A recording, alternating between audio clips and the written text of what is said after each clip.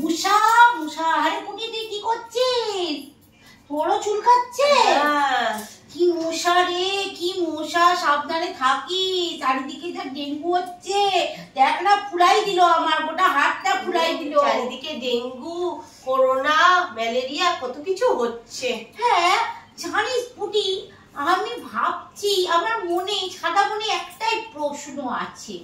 কি প্রশ্ন শুনি? প্রশ্নটা হলো এই যে এই করোনাটা এসেছিল সেই চীন থেকে, তাই না? হ্যাঁ, চীন থেকে যখন এসেছিল, তো চীনে তো একটা অষ্টম আশ্চর্য একটা প্রাচীর আছে।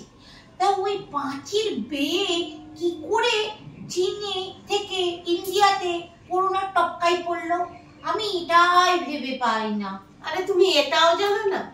ওই প্রাচীরের তো সিঁড়ি আছে, সিঁড়ি বেয়ে চলে এসেছে।